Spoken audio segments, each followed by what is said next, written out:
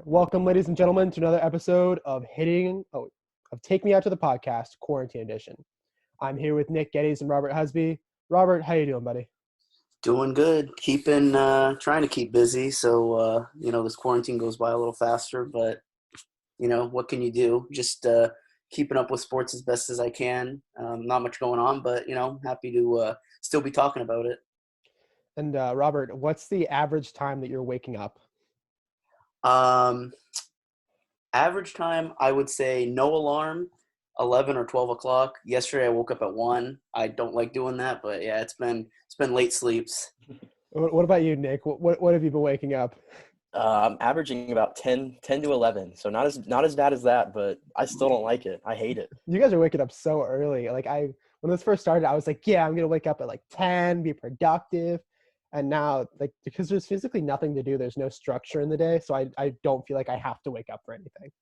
No, when I was going to work, I was waking up at 5:45 to go to work at 7. And I like that much better. I was on a good schedule. But I like having the now. structure of school. You wake up, go to classes, and you go to bed, and it's like set times. So you actually feel like you have to wake up for something. Yeah. So the name of the game today is GOAT, greatest of all time. Hitters, pitchers. Nick, for the greatest hitter of all time, you will be arguing for Barry Lamar Bonds. Yes, sir. Robert, you have chosen to argue for Michael Nelson Trout. Correct. Nick, why is Barry Bonds the GOAT? Well, I understand it's controversial to kind of say Barry Bonds is the GOAT given the steroid scandal and how hated he really is around baseball because of that and just his attitude throughout his career. But I'm trying to look at this objectively, take steroids out of it, which I know is going to be hard for people to do. But just looking at the numbers, Barry Bonds is on another level. Obviously, everybody knows the 762 home runs, but he was the first player to ever have 400 home runs and 400 stolen bases. And that, I don't think we'll ever see that really again anymore because even a guy like Mike Trout, for example, who probably would have been on that pace, now doesn't steal bases anymore. So I don't know if anybody's going to catch Barry Bonds in that respect. And then also his 2001 to 2004 may be the single greatest stretch of hitting in baseball history. It was, if I could give you some numbers from that time frame, 2001 alone, 73 home runs and 863 slugging. 863 slugging. That's insane. That's a record. And in that time frame, that's a good OPS. Yeah, no kidding. And 4 MVP awards in a row. And I think the most mind-boggling stat of Barry Bonds' career potentially in 2004, when he was already 40 years old, he was intentionally walked 120 times. There has only been 60 players in Major League Baseball history to have been walked 120 times. He had that intentionally walked and finished the year with 232 walks total, and he had a 1,422 OPS. That is absurd, especially for somebody that far into his career. So I know that you can put an asterisk on all of it, and you can say it was a mirage, that it didn't happen because of the steroids, but he was also a Hall of Famer before he got on the steroids, and I think that plays a part in it for me as well. And he was just better at everything in baseball related for his entire career. So that's why he's the GOAT if I hit it. The other thing that I like for Barry Bonds is that he wasn't exactly like the big guy in left field who hits bombs and can't feel anything. According to Fangraphs, for his career, he was worth 67 defensive runs, and he won Gold Gloves in Pittsburgh. I think he won a couple in San Francisco too. He was a very good fielder and a very good base runner. 8 Gold Gloves. Yeah. That's what it's so well-rounded. I don't know how many more players could be as well-rounded as Barry Bonds was. And it's a shame that the steroids, like I said, I'll keep saying over and over, kind of took away from what people perceive of him. But you cannot doubt when he was on the field, there was nobody better. Yeah. So, Robert, why is Mike Trout the greatest of all time? I think particularly because Mike Trout does pretty much everything good and doesn't do anything bad. And that's just the baseline. He does everything good. There's not really many flaws at all in his game. He's great defensively in center field. He's not really known for his defense, but he's good defensively. He's good enough there. And then just the overall stats, his OBP is crazy high. Just to pull out a stat here, I mean, his on base percentage for his career is 419, which is way above the curve for on base percentage. His OPS is 1,000. That's his career average is 1,000. That's way above average. His career batting average is 305. He's a 7-time Silver Slugger winner. He's been an AL MVP for 3 times in his career. So he's just a monster when it comes to hitting. The thing that I like about Mike Trout is that it feels like every time he has a serious hole in his game, he just closes it. Yeah. Like he comes into the league, he's just absolutely mashes low pitches, high fastballs. He wasn't the best at. So then over one off season, he's just like, you know what? I'm just gonna hit high fastballs now. Yeah. I'm gonna be the best hitter in baseball at high fastballs. Oh, my arm is weak. Okay, I'm just gonna turn it to a plus arm. Oh, I strike out too much. I'm just gonna walk more than I strike out. Like the I don't know if it's like the casualness or because I think, at least for me, especially like defensively as well as offensively, the way you can separate a good player from a great player is that a great player makes really hard things look easy. And that's why I think a guy like Derek Jeter gets overblown, because he made like good to above average plays look hard. Whereas guys like Barry Bonds, Mike Trout, Ozzie Smith, and Matt Chapman especially, they make incredibly hard plays and hard like pitches to get to. They make it look so easy. I'm sure you guys have seen like the Mike Trout highlights. Like that outside pitch a little bit off the plate, he just mashes it to center, like 450 feet. And he just makes it look like it's so easy. I mean, Robert, like what do you feel when you see Mike Trout step up to the plate? Honestly, you see a guy that's like a future Hall of Famer. I mean, I know that's pretty cliche, but you know, he's a guy that's he's only 28 still. I think he's going to be 29 in August. Like he's still really young. He's right in the heart of his prime, and he's already this good. You know, obviously the Angels haven't had the success to back it up, but when you see a guy like that come to the plate, you know he can do anything. So you can't take him lightly. Pitchers have to be concerned every time Trout steps up to bat, given what his on-base percentage is. You know, you just know he's going to try to find a way, whether it's through walking, whether it's through, hitting a home run, whether it's through getting a base hit, whatever it is, you know he's going to try to get on base, and somehow, more often than not, he is going to get on base. So you have to sort of deal with him. And it's a tall task for a lot of pitchers in the league. Now, unfortunately, I will say not the flaw, but the problem with comparing Mike Trout to Barry Bonds is that Mike Trout's career isn't over. Yeah. And unfortunately, this season is going to get delayed, possibly for a very long time. This is Mike Trout's age 29 season, if I'm correct. Yeah, he'll be 29 in August. Yeah, this is his age 29 season.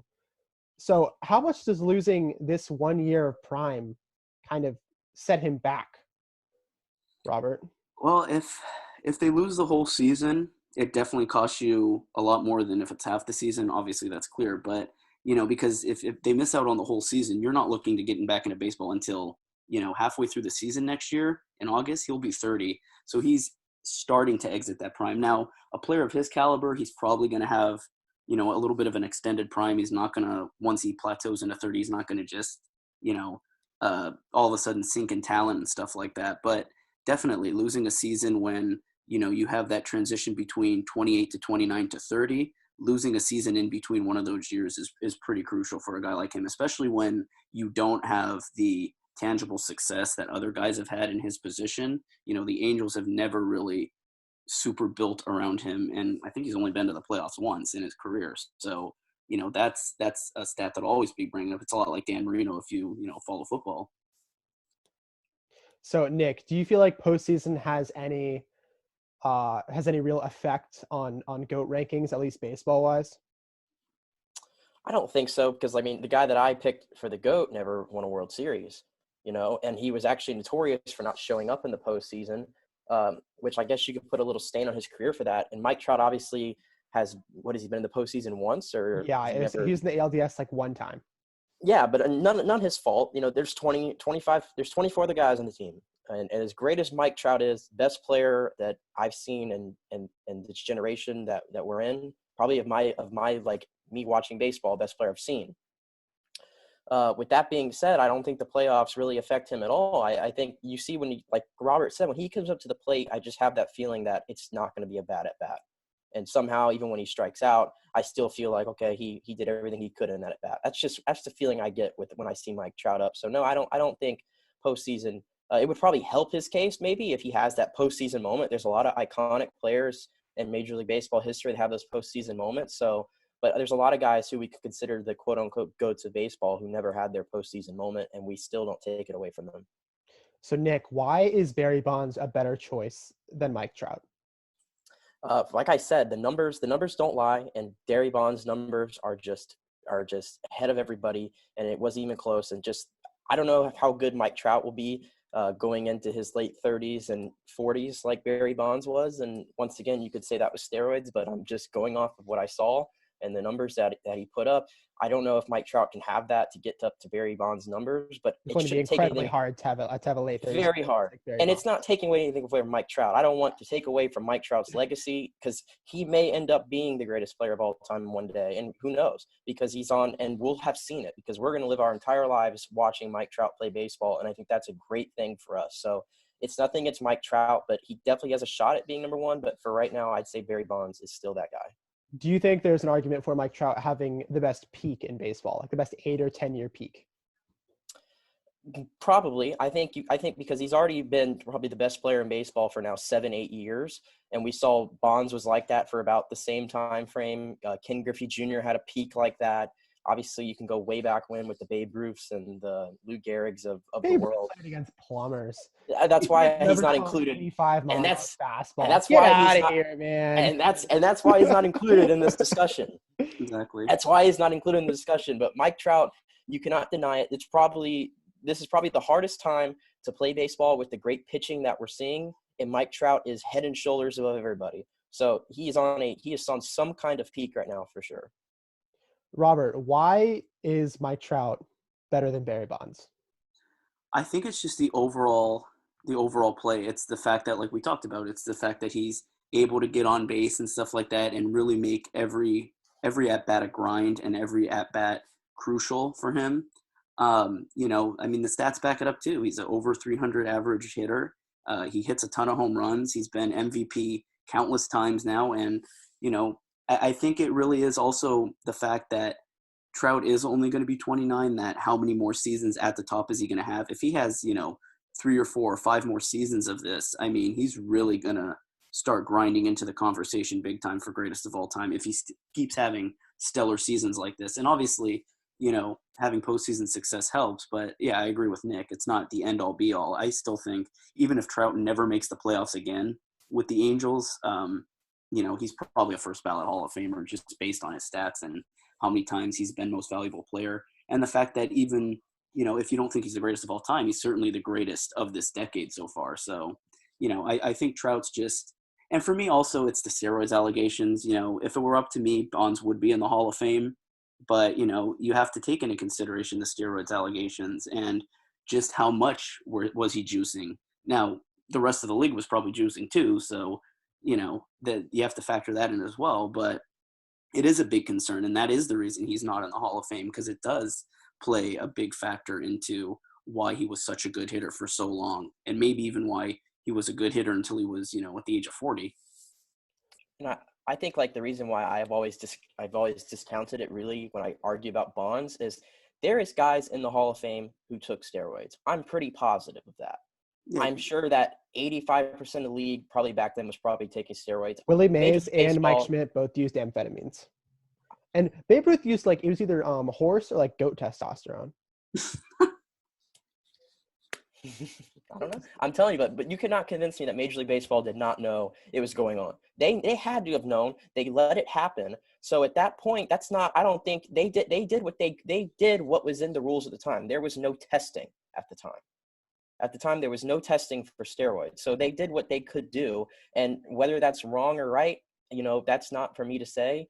But he did what he did. And I think that you just have to look at what he did. And he was still better than everybody else who was doing it. And that's why I still think he's the best. Yeah, I think that's fair enough. Like I said, I think he's definitely should have been a Hall of Famer at this point, especially with the steroids era coming right after the MLB lockout and stuff like that. What was it, 93, the MLB lockout? 94. So, baseball was in a terrible, terrible place at the time. So, the fact that they had all these hitters just destroying balls and stuff like that, like Bonds did, that definitely factors into his case as well, just as like a sort of, thanks for getting us over the hump. But yeah, I mean, definitely. I mean, there's allegations. Jeff Bagwell just went in last year, the year before, and there was allegations that he was on the juice. So, yeah, definitely. I totally agree with you there, Nick. There's a lot of guys that were definitely on the juice during Bonds' era. He was just happened to be the best at hitting the balls at all of them. And the one thing that I really think is very interesting about Mike Trout is that his worst overall year in terms of hitting, defense, and base running, he won an MVP. It was unanimous too. In 2014.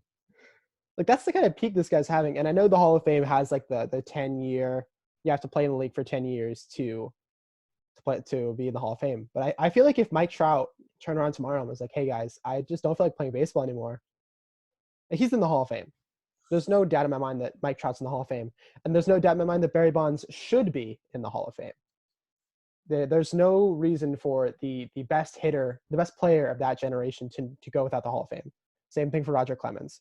Yes, the steroids, the testifying before Congress is stupid and is a blemish on their character. But like, Ty Cobb lynched a guy.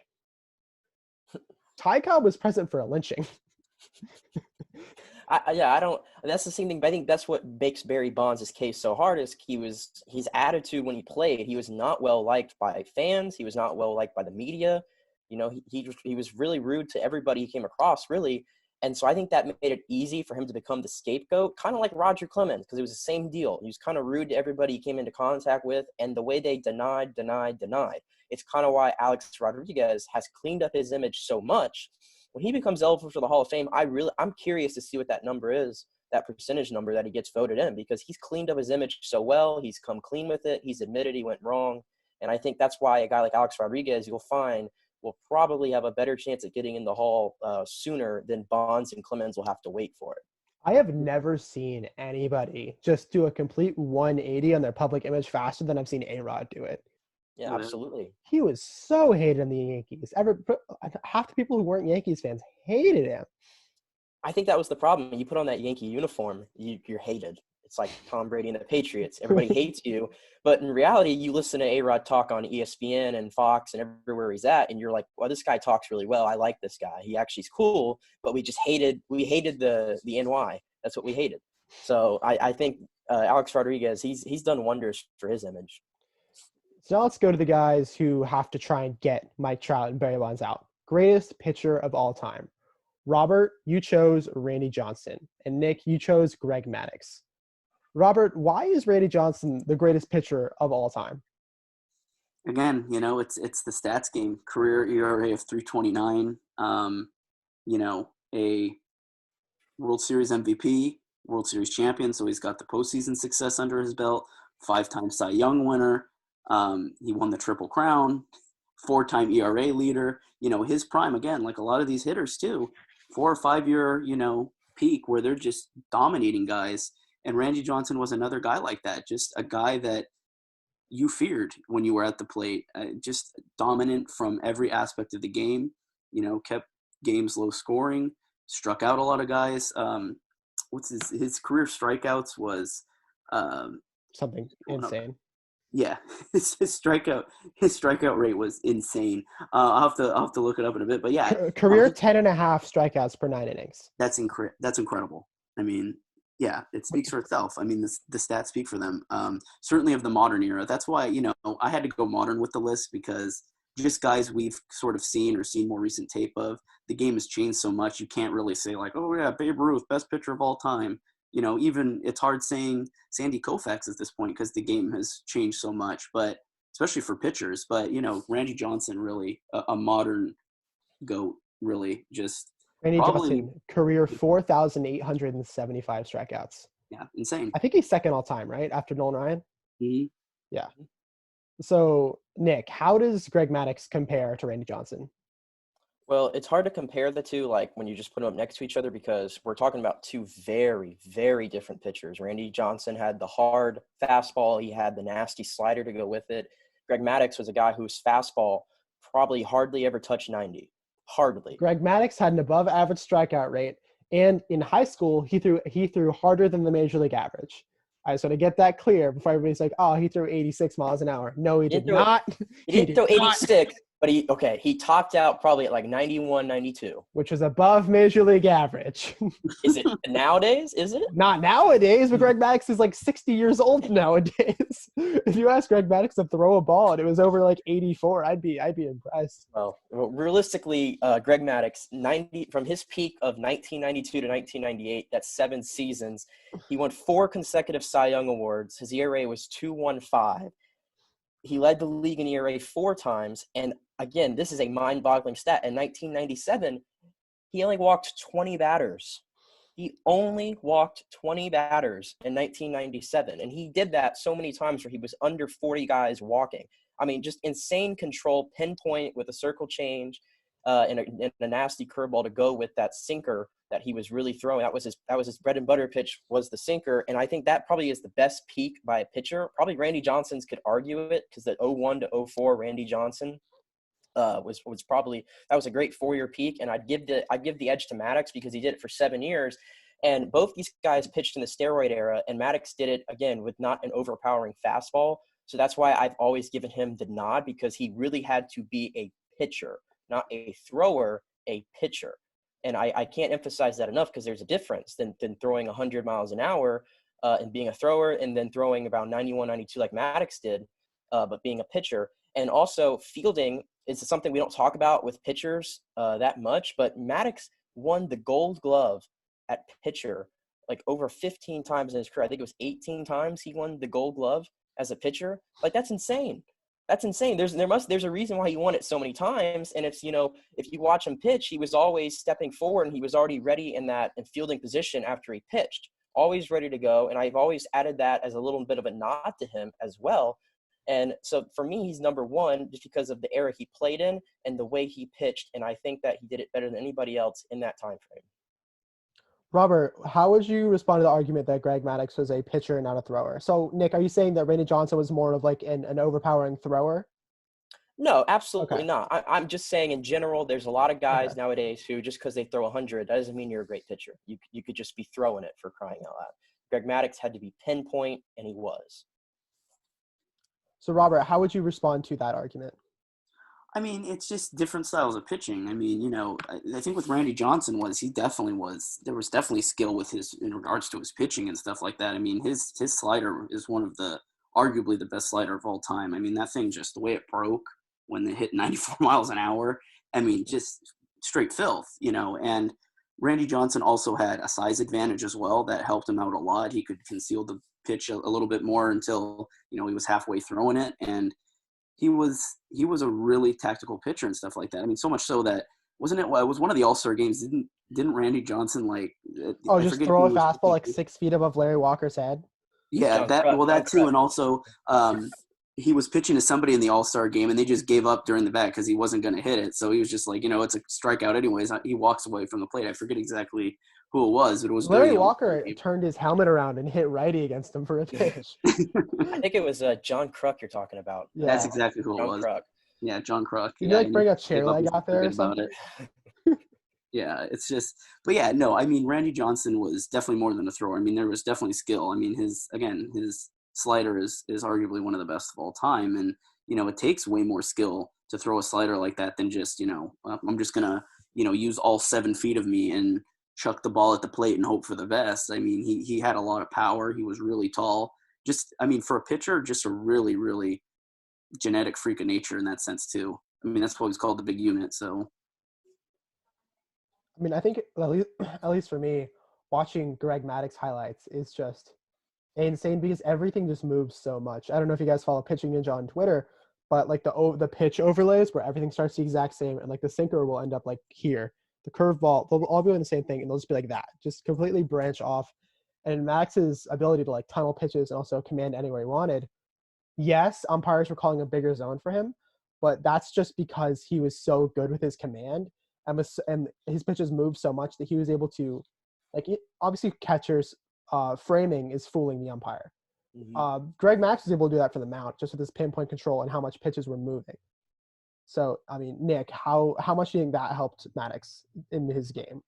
It absolutely did, and he like many players, great players in the league, he worked with the confines he was given. And you talk about the movement. He once said, "The last 10 feet, my ball can do things that other guys can make it go fast in 60 feet, and it's almost just as impressive what mine does in the last 10 feet." And that's so important. I mean, he just had such late movement on his sinker. His circle change just dove all the way to the ground, and the curveball was just moving, right to left on right-handed batters. And he just was unhittable in that time frame. So yeah, it's two very different pitchers, Randy Johnson and Greg Maddux, and both had their way of doing it. I think regardless of who you think is the best of all time in this case, I think this is the best two pitchers we probably saw during the steroid era. I think so. I think so, because Johnson would be Some my two. respect on Pedro's name, man. Pedro's up there, but the longevity of Maddux and Randy Johnson did it. I think you have to put these guys ahead of them, and I would go Greg Maddux just slightly above Randy Johnson. Where would you put Clemens at that point? Third? I have Clemens at 4. Yeah, I would put Clemens at 4. So who's your Pedro 3. Pedro's my Pedro 3. 3. Okay. Yeah. So I mean, Robert, how do you value Randy Johnson's strikeouts over Greg Maddux? How important do you think strikeouts are? I mean, it's incredibly important when you also factor in the fact that Randy Johnson was incredibly durable. He was one of those guys that you could rely on to put in a ton of innings. Like for about 10 seasons, he was top 10 in innings pitched, and that shows. I mean, that's incredible for a guy with arm strength like him, that he didn't have to get Tommy John surgery where it would have costed him to cut down on his innings pitched. But, the fact that he remained top 10 in 10 innings pitched, I mean, it shows just how not only was the fact that he struck out a lot of guys consistently, how that was great. It was also the fact that while striking them out, he wasn't injuring himself to the point that he remained durable pretty much his entire peak and his entire career. So that's a huge thing as well. I mean, that's part of the reason you obviously want a pitcher to, throw heat and strike out guys a lot, and that's what Randy Johnson did. But you also want them to be durable, especially when they're your number one. And when you can be durable for nearly a decade, that says everything you need to say right there. Yeah, from 1997 to 2006, I mean, minus the injured season in 2003, where he only threw 114 innings. I mean, he was consistently throughout. His lowest season, I think, was 205 innings with the Yankees in 06. But I mean, there was a season with 271 innings, a season with two seasons with 250 innings, season with 260. That kind of durability is very, very important. But I mean, Nick, how durable was Maddux? I mean, from 1988 to 2006, he threw over 200 innings every single year except 2002, when he threw 199 in the third. I mean, obviously the best ability is availability. Yeah, and you can't strike guys out, you can't pitch, you can't be a productive performer if you're not on the field. Mm-hmm. So I at least me personally, looking at the stats in front of me, Maddux was the more durable pitcher because he was just out there more. He had the 5,000 innings. Yeah. 5,000 innings speaks for itself, and he led the league in innings for 5 straight years from 91 to 95 as well. So I think there was no durability concerns with Greg Maddux at all. He just like Johnson, they were just inning eaters really in complete games. Maddux with complete games as well was pretty big, and he for his career he had 109 complete games, 35 shutouts. So he also was able to go the distance. And Maddux coined the term the Maddux, a complete game with less than 100 pitches. Yeah, and there's a game in 1996 in the World Series against the Yankees, for example. It's just a game I remember looking back on it now. Watching it, it's almost insane to watch how he did it. 8 shutout innings against the Yankees in Game 2, and he only threw about 80 to 85 pitches, and he only struck out 2 guys. It was just ground ball, ground ball, ground ball, ground ball. I've just never seen anybody pitch like that before with such success, and where guys they saw it coming and it wasn't coming so hard at them, they just couldn't hit it because it was moving so much. And that's why I've always admired Greg Maddux for the way he pitched. I mean, Robert, how would you argue that maybe Randy Johnson had the higher peak, but Greg Maddux maybe had the longevity that Randy Johnson necessarily didn't? Yeah, I think that's fair. I mean, I think that's fair to say. Yeah, definitely, both durabilities were incredible. Yeah, but I mean, at Randy Johnson's peak as well, I mean, in his career, he threw a perfect game and a no-hitter. So, that's incredibly hard to go. Forget about throwing one no-hitter. Throwing a perfect game, too, in one career, that's really, really tough to do. And I think, with Randy Johnson, yeah, when he hit his peak, it was a lot like Ken Griffey Jr. You hit that peak, and you were on top of the world when you're on your peak. And even if it's, 4 or 5 years, he got a World Series out of it.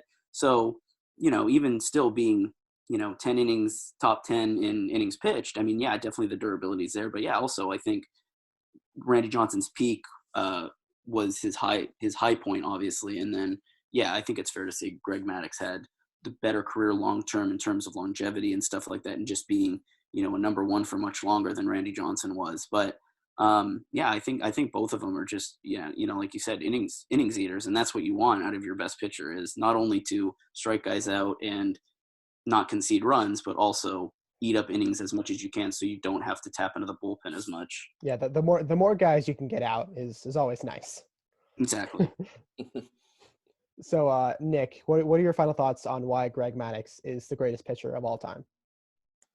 I just think that at his peak, like I said, that 92 to 98, that was a 7-year peak where I don't think anybody touched him. It's almost like the Kershaw peak right now in regards to the ERA, where I think Kershaw's peak ERA right now during the past 8-9 years is 2.3 something. Like Maddux is 2.15, and he just hardly walked anybody. He wasn't blowing anybody with the strikeouts at all. His strikeout numbers were pretty pedestrian and kind of just where he was. But I think that's what the beauty of what made Maddux stand out is he did it differently than everybody, and did it just as good or better than anybody, just the way he got ground balls and just fooled guys. And I think the mind game too, you frustrate hitters when you're kind of throwing that slow and they just can't touch you. It's very frustrating for hitters to have to figure that out.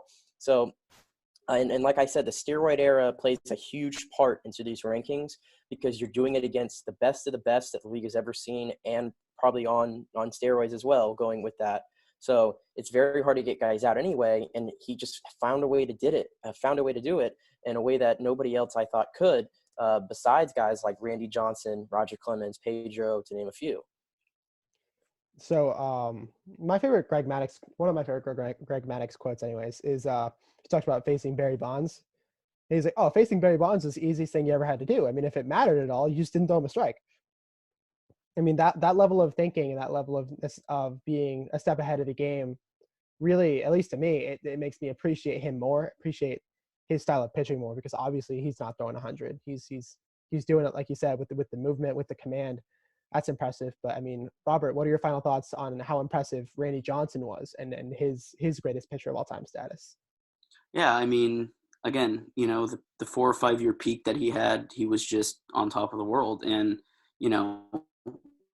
won a World Series, was able to win MVP as well. So it shows how valuable his pitching was during that whole World Series run. The durability of him, the fact that he has one of the greatest sliders of all time and it peaks at 94 miles an hour. His career ERA is real low. Just his overall stats are just fantastic. And it's, it shows up on paper. It shows up in how many awards he won, how many times he won the Cy Young. I mean, he won the Cy Young multiple times. And, most pitchers nowadays dream of winning the Cy Young once, let alone, 5-6 times like Randy Johnson did. And, just when he peaked, he was just the best pitcher in an era that was dominated by, steroids. And when you see his counterpart, like Nick said, you see a guy like Roger Clemens, and the steroid allegations come up, it shows just how much more dominant you are if he wasn't juicing at the time. And I think that's what's really most impressive. And on top of that, I think he's the only pitcher to hit a bird in midair while pitching. So that was also a career highlight as well for him. Yeah, I think even if you've had like a 7 ERA career-wise, I would put him in the Hall of Fame just for that. Just absolutely murdering a bird. That's one of those highlights that you see as a kid. You're like, what? Is that possible? How do you time that? Imagine the timing on that. Yeah, I remember I see like it was like a fly ball hit a bird. It was going foul. It, like hit the bird and came back fair. I forget what game it was, but like it was just, and they called it a fair ball because like that's what the rules said. And the guy's just like standing there at first base. He's like, it's a foul ball, and then he's like, oh. Like the amount of weird stuff that happens in baseball is just unlike any other sport. No. Yeah, Nick, definitely. Robert, thank you for arguing today. You both had great arguments. Thank you for coming on Take Me Out to the podcast to argue the greatest batter and pitcher of all time. We hope to have another episode either next week or the week after. Figure something to talk about at that point. But Nick, Robert, thank you for being here, guys. Thank you. Appreciate it. Thank you.